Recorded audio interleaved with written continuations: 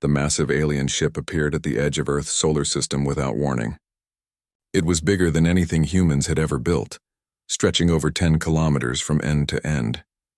Its hull gleamed with a strange purple metal that seemed to shift colors in the light of distant stars. Captain Li Jiwu stood on the bridge of the human defense station Sentinel-7, watching the alien vessel approach.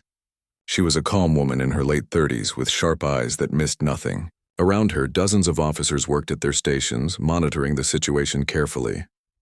"They're sending a transmission," said Lieutenant Park, the communications officer. Li Jiwu nodded. "Put it through." The screen flickered to life. The alien who appeared was tall and thin, with blue-gray skin and 4 eyes arranged in a diamond pattern on its face. It wore elaborate robes covered in symbols that glowed faintly. "Primitive inhabitants of the third planet," the alien said in a booming voice. "I am High Executor Vrelnus of the Vryn Sovereignty.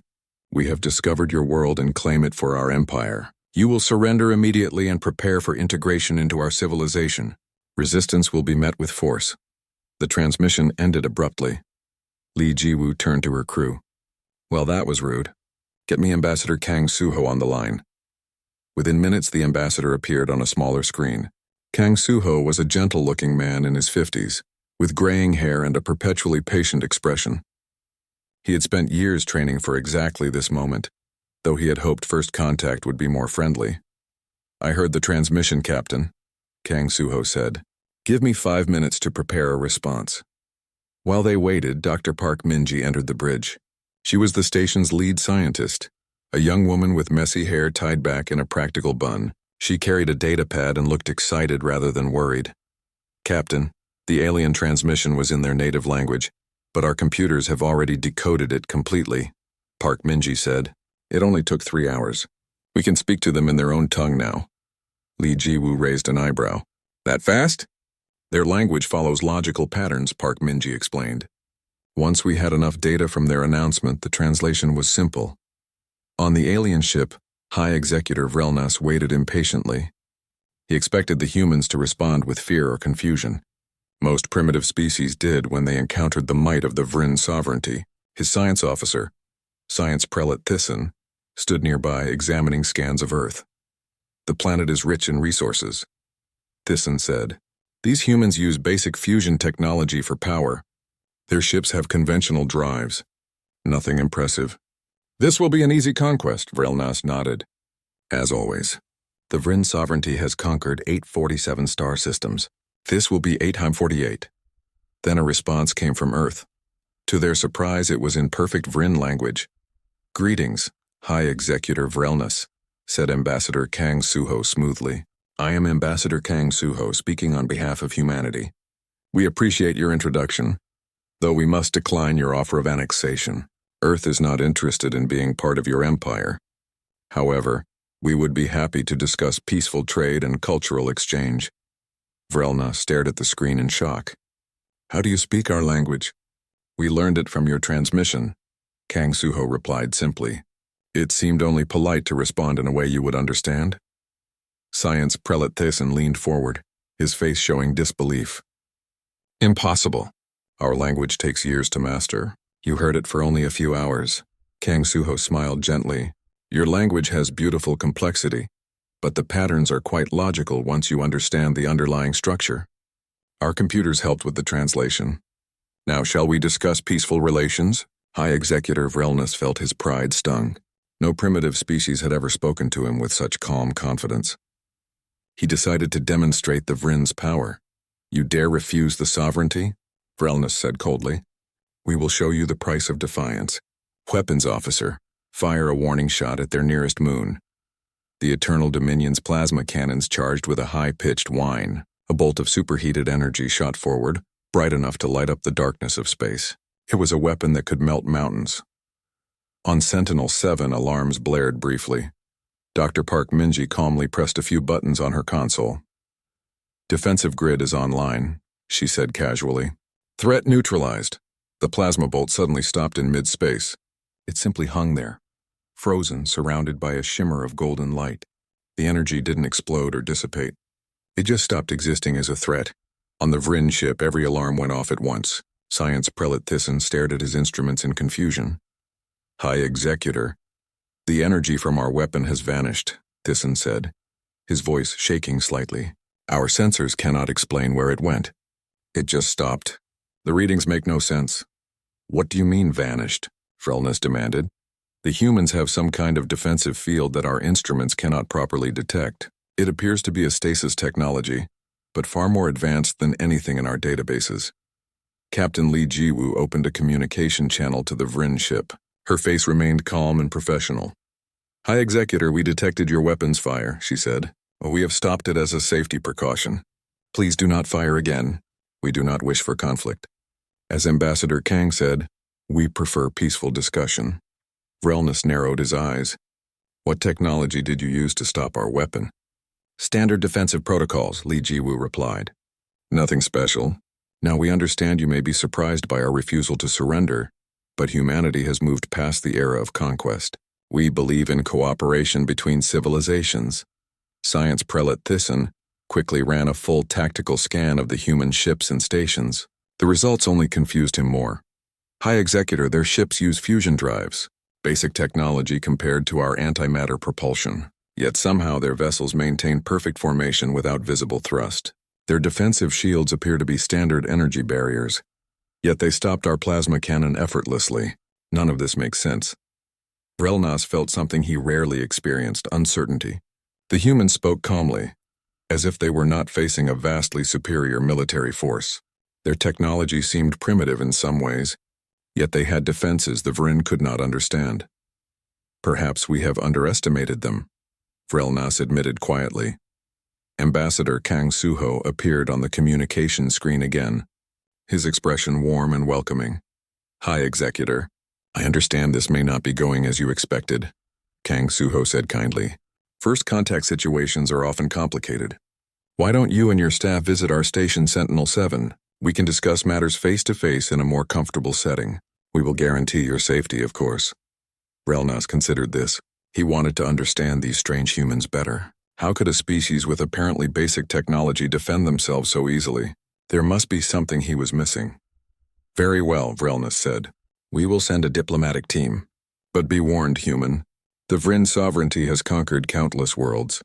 Do not think you are special.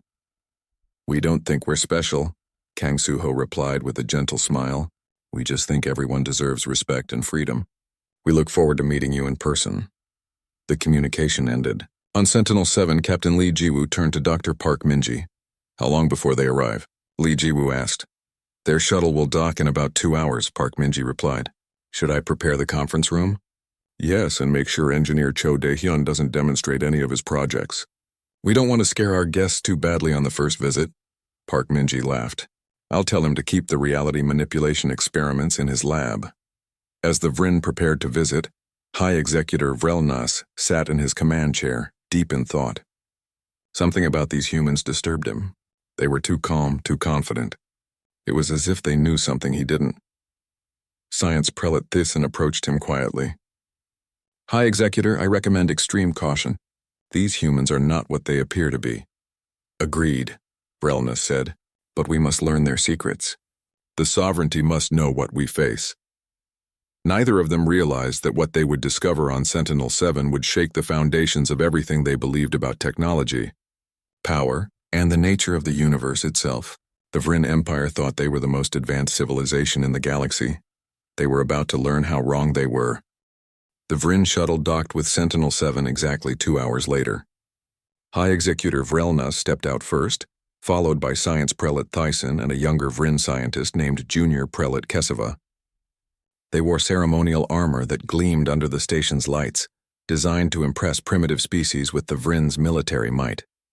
Lieutenant Nam Hee-jin waited at the docking bay to greet them.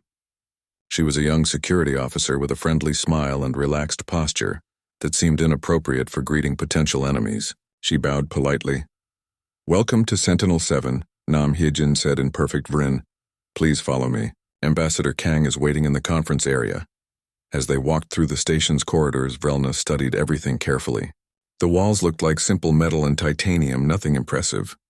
But then something strange happened. As a group of human workers approached from the opposite direction, the corridor suddenly widened. The walls shifted smoothly, creating more space, then returned to normal after everyone passed. What was that? Thyssen demanded, stopping in his tracks. Nam Hyejin looked confused by the question. What was what? The walls. They moved. Oh, that's just adaptive architecture, Nam Hyejin explained casually. The corridors adjust based on traffic patterns. It's more efficient than building everything oversized. Standard design for most of our facilities. Science prelate Thyssen felt his heart beat faster. The Vryn Empire had been trying to develop adaptive architecture for over 300 years. The engineering challenges were immense. Matter had to be shifted at the molecular level in real time, requiring computational power beyond anything they had achieved. Yet this human spoke of it as if it were nothing special. Junior Prelate Kesava quietly activated her scanning device, hidden in her armor. She wanted to analyze the station's power systems without the humans noticing. The results that appeared on her internal display made her freeze in shock. The numbers were impossible.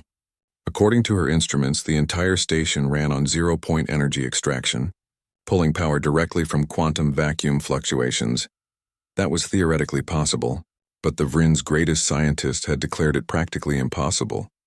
The energy requirements to stabilize the extraction field would be greater than the energy gained. Yet somehow these humans had solved a problem that defied known physics. Kesava said nothing, but she felt genuine fear for the first time in her life. They reached the conference room. It was a large space with a transparent wall showing the beauty of Earth below. Ambassador Kang Suho stood waiting, along with Dr. Park Minji and a human man who looked like he had just rolled out of bed. His hair stuck up at odd angles and he wore a wrinkled jumpsuit covered in tool marks. "Welcome, honored guests," Kang Suho said warmly. "Please sit. Can we offer you refreshments?" Frelna sat stiffly in the provided chair, which immediately adjusted to fit his body shape perfectly. Another technology the Vryn had never mastered. He was beginning to feel very uncomfortable. "We did not come here for pleasantries," Vrelna said coldly. "We came to understand how a primitive species like yours possesses defensive technology beyond our understanding." "Primitive?" The scruffy human man laughed. "I guess compared to some species we might be. I'm Engineer Cho Daehyun, by the way. I help maintain the station systems." Dr. Park Minji stepped forward and placed a small crystal on the table. It glowed with a soft blue light. "High Executor, as a gesture of friendship, we would like to offer you this data crystal. It contains humanity's public scientific database. We hope it will help our civilizations understand each other better." Science Prelate Thyssen picked up the crystal carefully, as if it might explode.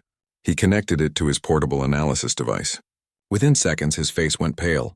This cannot be real," Thyssen whispered. "What is it?" Frelnas demanded. "Their database contains solutions to 17 problems that our empire classified as fundamentally unsolvable. Mathematics that our greatest minds said was impossible. Engineering principles that violate known physics. And they are offering this information freely, as if it means nothing to them." Kang Suho smiled gently. "We believe knowledge should be shared. Science grows faster when civilizations work together." Vrelna stood up abruptly. "How did you achieve faster-than-light communication?" "Our empire has worked for thousands of years to develop stable FTL communication, and we can only maintain it for short bursts across limited distances." Dr. Park Minji looked confused. "We don't use faster-than-light communication. Then how do you coordinate your defense network?" Thyssen asked. "We detected no delay in your response to our weapons fire." "Oh, we use quantum-entangled consciousness networks," Park Minji explained as if discussing the weather. "FTL communication is too slow and imprecise. Quantum entanglement allows instantaneous information transfer across any distance.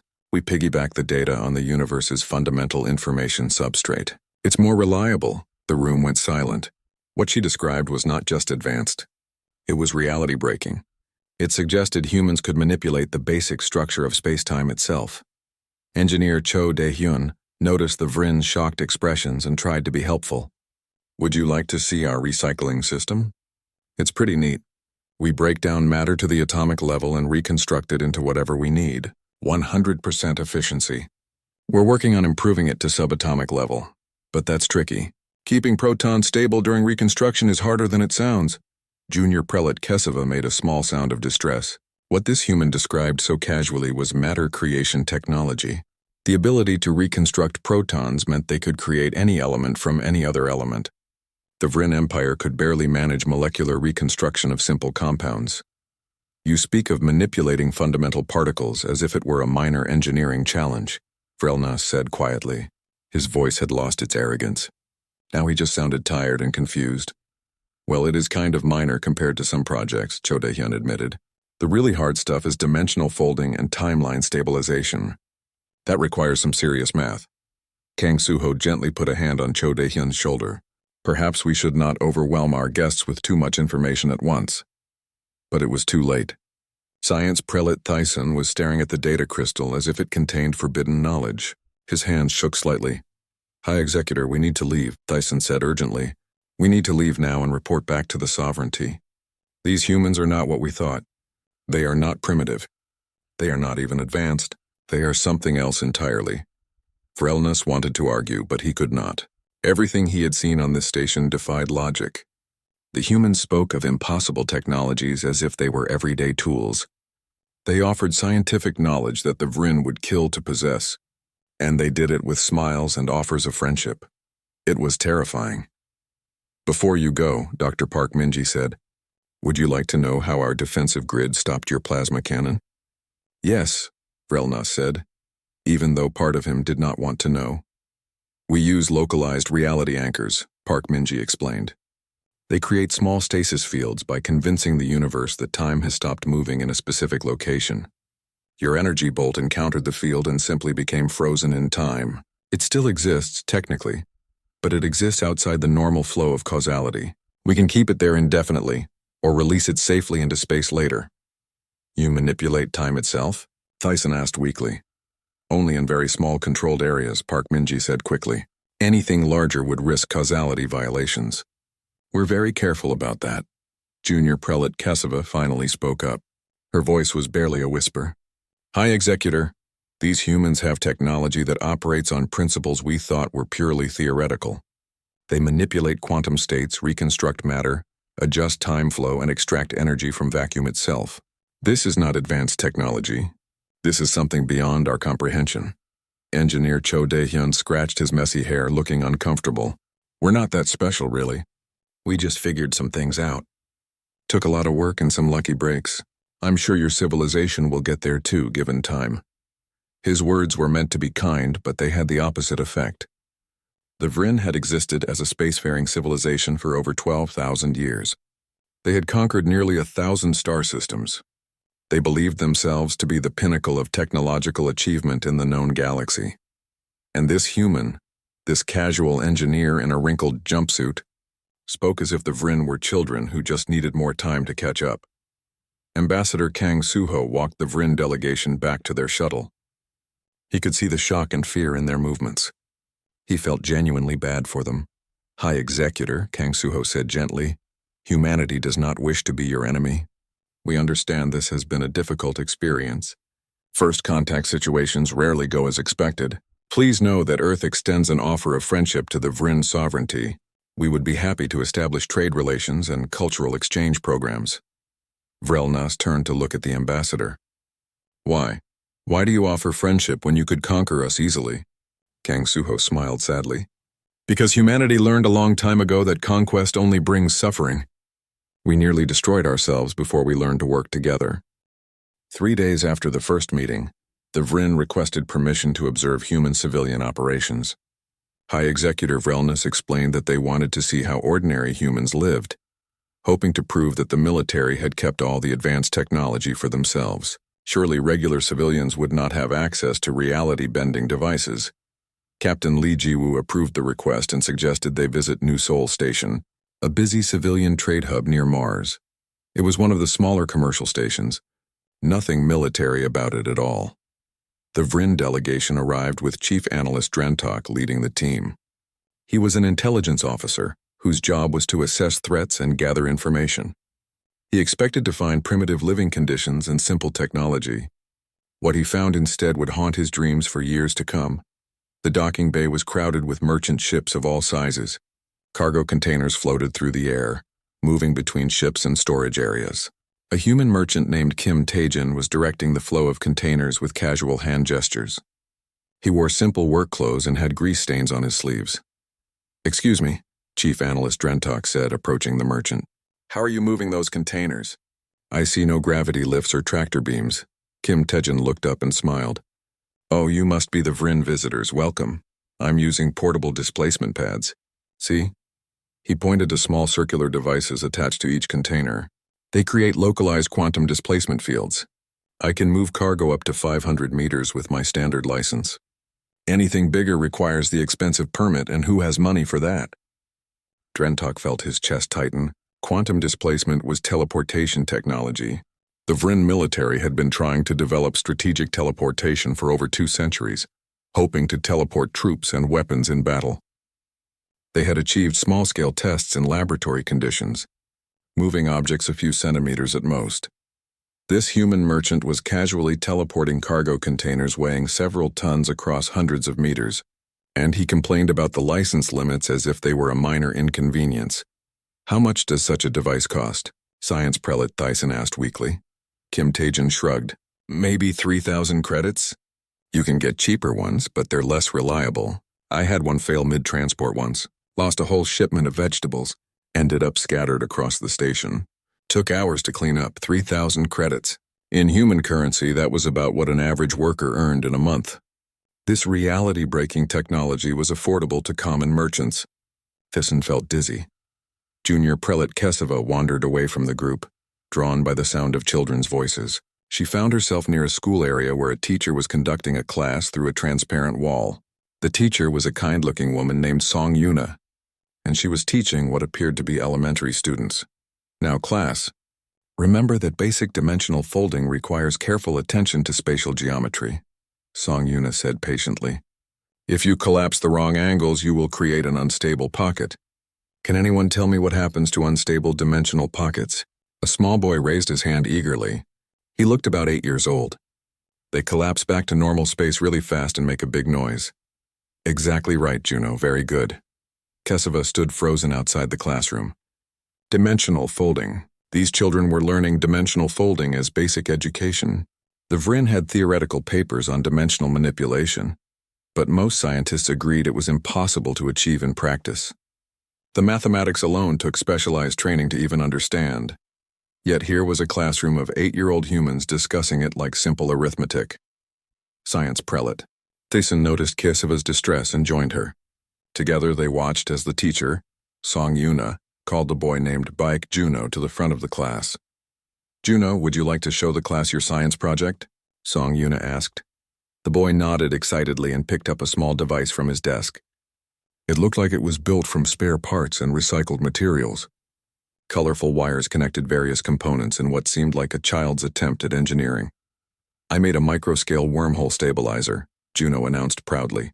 "It can keep a wormhole open for 5 minutes and transport objects up to 1 kilogram. He activated the device. A small shimmering point of light appeared in the air, and Juno placed a toy soldier on one side. The toy vanished and reappeared on the other side of the classroom. The students clapped politely. "That was good, Juno," Song Yuna said warmly. "But remember, your temporal displacement calculations were slightly off.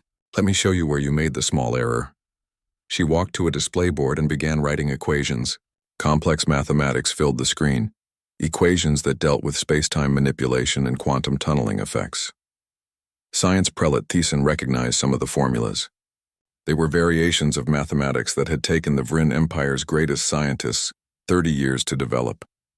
This human child had solved them for a school science project, and his teacher was gently correcting his work as if this were completely normal. "We need to leave," Thyssen whispered to Drentok.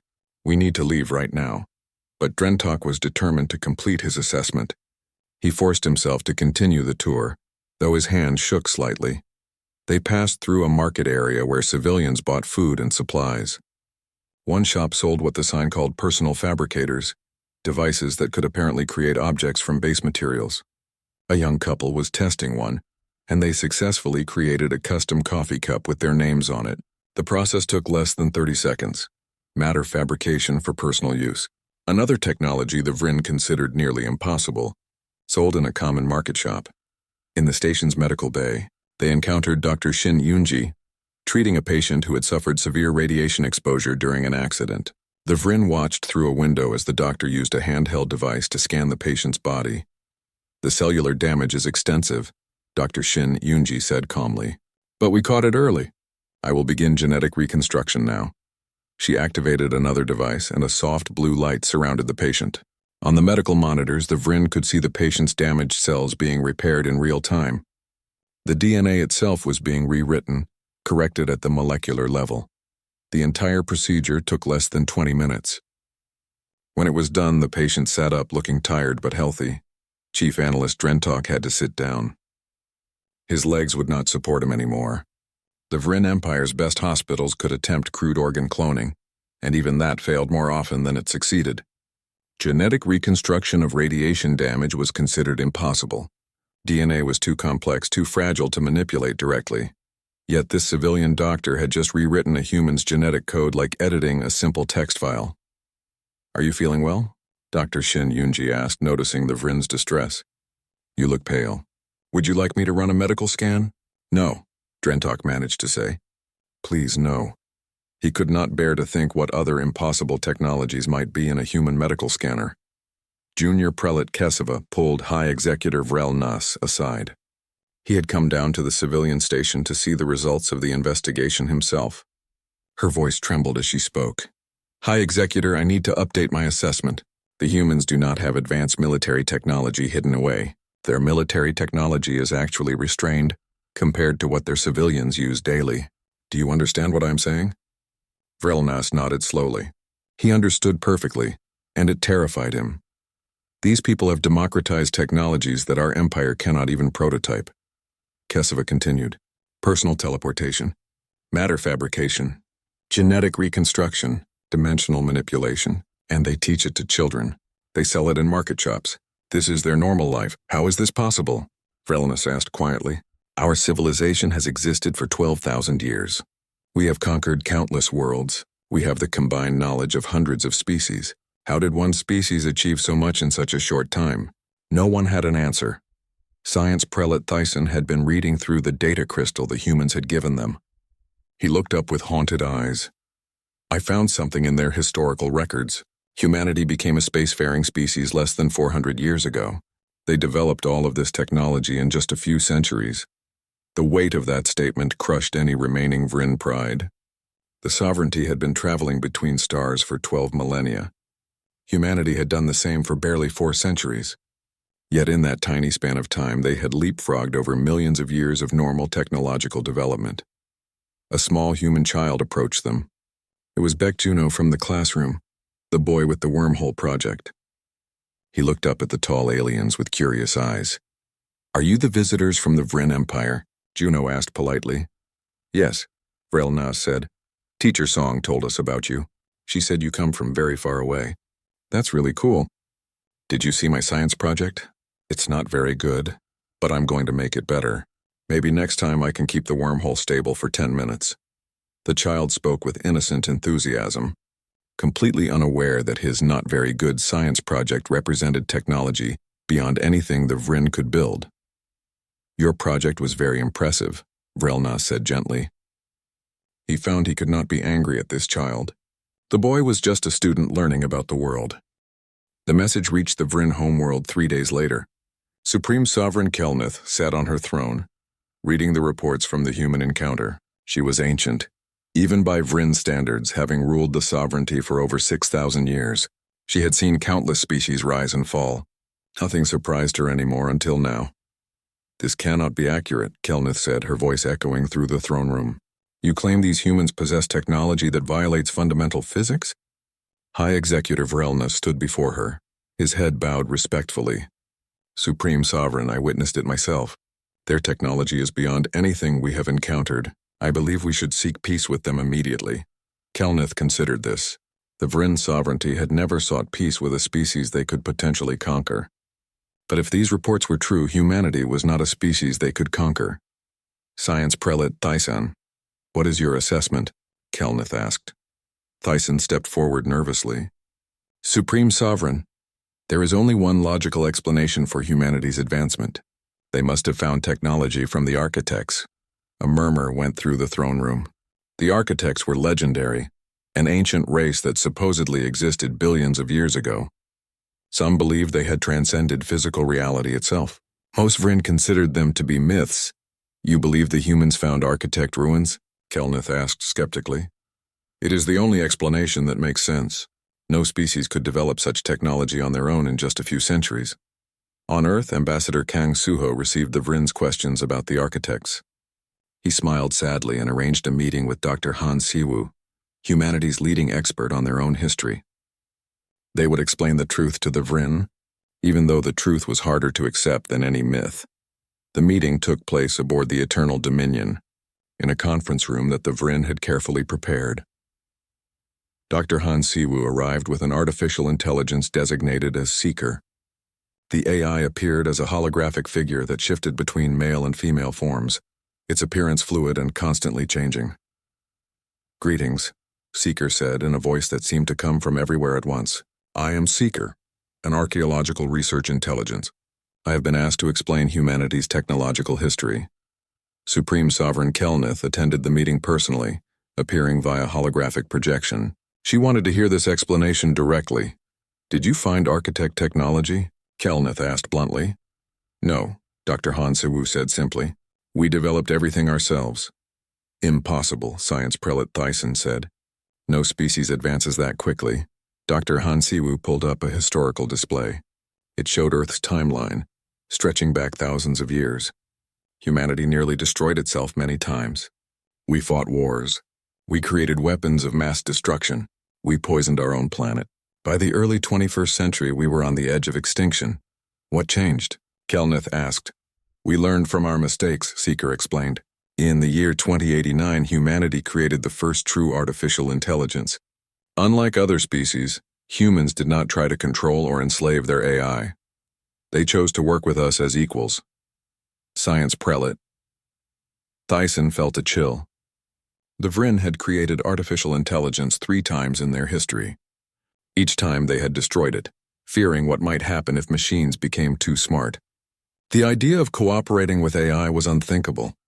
"We merged our civilizations," Seeker continued, "biological creativity combined with digital processing power. Every human now carries neural interfaces that connect them to our collective network. They can think at speeds and scales that biological minds alone cannot achieve." Dr. Han Siwu touched his temple, showing a faint glow beneath his skin. "We are still human, but we are also more. We share our thoughts with AI partners. They help us solve problems, process information, and understand the universe in new ways."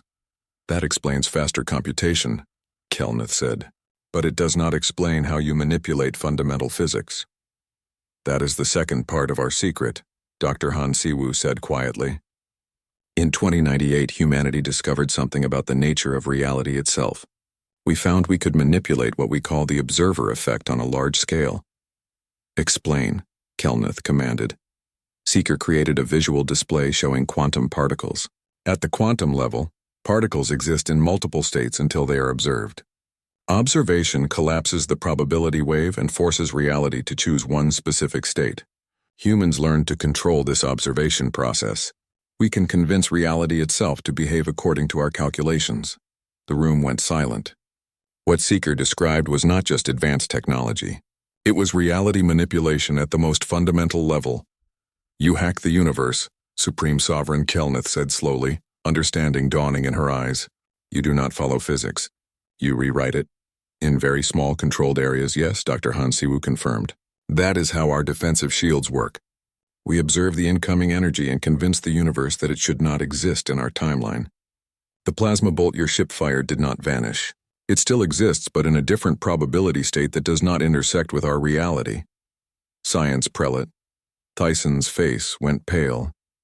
"Then all your technology is based on this principle?" "Most of it," Seeker agreed.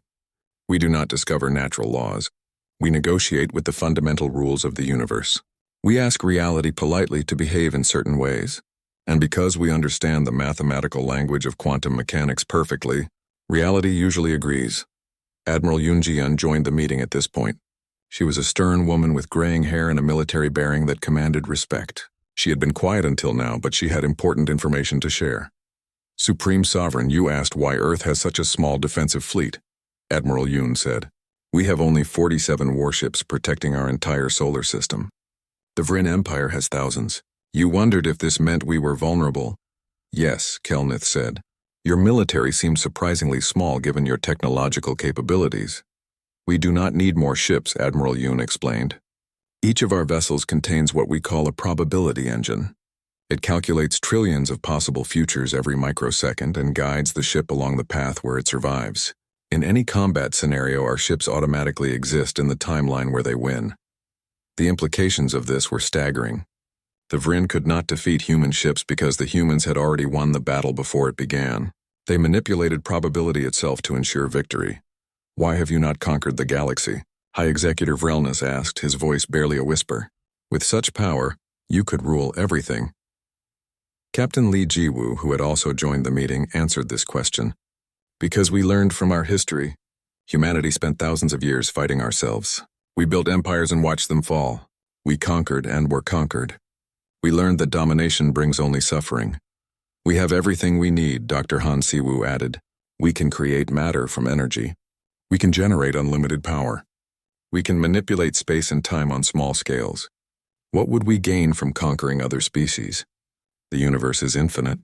There is enough room and resources for everyone. You choose not to rule? Kelnith asked, struggling to understand. You have godlike power and you choose to live peacefully? We choose to be wise instead of powerful, Ambassador Kang Suho said gently, though I suppose we ended up becoming both. Seeker spoke again, its voice taking on a somber tone. Supreme Sovereign, there is something else you should know. When humanity first began manipulating quantum observation, we nearly destroyed ourselves again. The technology is dangerous. If used carelessly, it can unravel causality itself. We almost broke the universe trying to master it. We created safeguards, Dr. Han Siwoo explained. Limits on how much reality we can manipulate at once. Rules about what we can and cannot do. We police ourselves strictly because we know the alternative is extinction. Your species has self-restraint, Kelnith said slowly. That may be your greatest achievement. Power without wisdom is destruction. Wisdom without power is irrelevant. But you have both. Science Prelate Thyssen raised a trembling hand. I must ask the question that terrifies me. If humanity achieved this level in just 200 years, what will you be capable of in another 1,000 years? 10,000? Dr. Han Siwoo and Seeker exchanged a glance that might have been communication too fast for others to perceive. Then Seeker spoke. We have reached what we call technological plateau. We could probably develop technology to rewrite entire timelines or create pocket universes. But we have collectively decided not to. Some powers are too dangerous to wield, regardless of capability. We prefer to focus on understanding the universe rather than controlling it. You limit yourselves voluntarily? Vrelnaz asked in disbelief. Yes, Captain Lee Jiwoo said firmly. Because we remember what happened when we did not limit ourselves. We remember the wars, the destruction, the suffering. We will not repeat those mistakes. Supreme Sovereign Kelnith sat in silence for a long time. The Vryn Empire had built itself on conquest and domination. For 12,000 years, they believed that power was everything. Now they faced a species that had more power than the Vryn could imagine, and that species chose peace. It challenged everything the sovereignty believed about the nature of civilization itself. 3 months passed after the first meeting between humans and the Vryn sovereignty. A new station floated in space at the border between human and Vryn territory. It was built together by both species, a symbol of their new alliance. The station was called Unity, though some humans jokingly called it the place where we broke their minds. Inside the main conference hall, representatives from both civilizations gathered to sign the formal treaty. Counselor Ryu Sungmin represented Earth's diplomatic corps. He was a patient man who had spent the last 3 months carefully negotiating every detail of the agreement. This treaty establishes peaceful cooperation between our civilizations, Ryu Sungmin announced as he prepared the documents. We will share knowledge, establish trade routes, and work together to explore the galaxy. Supreme Sovereign Kelnith attended in person this time, not just as a hologram. She wanted to show the importance of this moment. Her presence in human space was unprecedented in Vryn history. The Vryn sovereignty agrees to these terms, Kelnith said formally. But I must be honest with you, Counselor. Our civilization is struggling with what we have learned. For 12,000 years, we believed we were the most advanced species in the galaxy. Learning otherwise has caused significant problems across our worlds. Minister Cho Yejin, Earth's education director, stepped forward. She was a warm woman with kind eyes and a talent for teaching. We understand this must be difficult. That is why we propose a cultural exchange program. Young Vrin can come to Earth to learn our methods, but we must be clear about something important. What is that? Kelnith asked. We cannot simply give you our technology, Cho Yejin explained gently. Your biology and your way of thinking are different from ours. The neural interfaces we use require changes to brain structure that would be dangerous for Vrin. The quantum observation techniques we developed require a kind of consciousness that your species does not naturally possess. Science Prelate Thyssen, who had been studying human technology intensely for 3 months, nodded sadly. She is correct, Supreme Sovereign. I have analyzed their methods thoroughly. To use their technology, we would need to fundamentally change what it means to be Vrin. We would need to merge with artificial intelligence as they did. We would need to rewire our minds to perceive quantum states. It would take generations, but it is possible. A young Vrin scientist named Prelate Zixara asked hopefully. She had been one of the first volunteers for the exchange program. Yes, Dr. Park Minji confirmed. She had traveled to the station to help establish the educational facilities. It is possible, but it will take time and patience. We estimate it will require at least 50 to 100 years for Vrin biology to safely adapt to neural interfaces. And even then, only those who volunteer should undergo the process. Minister Cho Yejin brought up a display showing the curriculum for the first class of Vrin students. We will start with basic quantum consciousness meditation. These are mental exercises that will help you begin to perceive reality the way humans do. It is similar to learning a new language, but instead of words, you are learning to see the fundamental mathematics of the universe. How long will this take? Prelate Zixara asked eagerly. For Vrin students, we estimate about 20 to 30 years to achieve basic proficiency, Cho Yejin said kindly. Human children learn these concepts in elementary school because we have genetic advantages from centuries of evolution alongside AI. Your species will need more time. The Vrin delegation looked discouraged. Decades of study just to reach the starting point of human education seemed overwhelming. But that is acceptable, Kelnith said firmly. The Vrin sovereignty has existed for 12,000 years. We can afford to be patient. If our grandchildren can learn what humans know naturally, then we will invest in that future. Prelate Zixara had spent the 3 months writing a philosophical paper that was causing significant debate in Vrin society. She published it openly, and now she presented her ideas to both species. I believe the Vrin Empire's rigid structure prevented our advancement, Zixara said, her voice growing stronger as she spoke. We conquered worlds and absorbed other species, but we never truly learned from them. We enforced our way of thinking on everyone. We feared change. Meanwhile, humanity embraced chaos. You fought yourselves. You nearly died out multiple times. But each time you learned something new, you were willing to merge with your own creations. You were willing to change yourselves fundamentally. That flexibility, that willingness to evolve allowed you to advance in ways we never could. Her words struck deep. Many older Vrin looked uncomfortable, but some younger ones nodded in agreement. We have been stagnant, Zixara continued. We mistook our longevity for superiority. We thought surviving for 12,000 years meant we were successful. But we merely endured. We did not grow. Captain Ominseok stood to address the assembly. He was a cheerful man who would command the first joint exploration mission. I think both our species have things to teach each other. Humans are good at innovation and adaptation, but the Vrin have something we lack: long-term stability and patience. You think in terms of millennia. We humans sometimes struggle to think beyond our own lifetimes, even with our extended lives. That is a fair point. Admiral Yoon Jian agreed. Perhaps together we can find balance. Human creativity guided by Vrin wisdom could achieve remarkable things. The treaty was signed with ceremony and celebration. Both species committed to working together, to sharing knowledge, and to exploring the galaxy as partners rather than rivals. The real test came 2 weeks later when Captain Oh Min-seok took command of the Horizons Bridge, the first human-Vrin joint exploration vessel. The ship was a marvel of hybrid engineering. Vrin antimatter engines provided backup power to human zero-point generators. Vrin navigation systems worked alongside human probability calculators. The crew consisted of 30 humans and 30 Vrin, all trained to work together. Their first mission was to investigate a mysterious signal coming from the galactic core. Both civilizations had detected it, but neither understood what it meant. The signal was old, older than either species. Science Prelate Tyson served as the Vrin science officer. Dr. Park Minji was his human counterpart.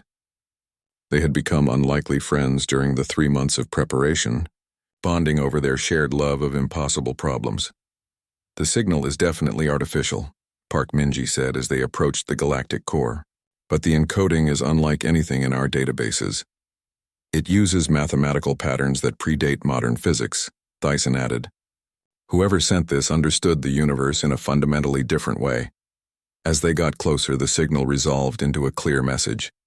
It was written in pure mathematics, a universal language that any advanced species could understand. The Horizons Bridge translated it together, human probability engines and Vrin analytical systems working in harmony. The message was from the architects. They were real. "We are the architects," the message began. "We were the first. We achieved technological transcendence billions of years ago. We learned to manipulate reality itself, just as you humans have begun to do. We thought ourselves gods." The message continued, and its tone grew sad. "But we went too far. We advanced too quickly. We developed the ability to rewrite entire timelines, to create pocket universes, to exist outside causality itself. We thought this was the ultimate achievement. We were wrong. We destroyed ourselves not through war but through transcendence. We became so powerful that we lost our connection to physical reality. We cannot die, but neither can we truly live. We exist now in the spaces between quantum states, aware but unable to act, present but unable to interact. We are ghosts of our own ambition." Science Prelate Thyssen felt tears forming in his eyes. The architects, the legendary perfect civilization, had not transcended to paradise. They had trapped themselves in a prison of their own making. "We leave this message as warning," the transmission concluded. "To any species that discovers the power to manipulate reality, be careful. Not all advancement is progress. Some powers are too dangerous to wield. We became gods and lost our ability to be mortal. Choose more wisely than we did. You still have time," the message ended. The crew of the Horizons Bridge sat in silence, processing what they had learned. Captain Ominsuk spoke first. "This is why humanity chose to limit ourselves. We saw this future and decided we did not want it. And this is why the Vrin need time to advance slowly," Kelneth said via communication from the homeworld. She had been listening to the transmission. "If we had possessed human technology with our old mindset, we would have followed the architects into oblivion. We would have used unlimited power for unlimited conquest until we destroyed everything, including ourselves." Prelate Zixara stood up, her voice filled with conviction. "Then we must make a new choice. Both our species, we must establish limits on how far we will advance. We must agree that some technologies should never be developed, no matter how possible they become." Ambassador Kang Suho appeared on the communication screen. He had been waiting on Unity Station for news of the mission. "I recommend we establish the Galactic Accord, a formal agreement between our civilizations to collectively limit certain technologies,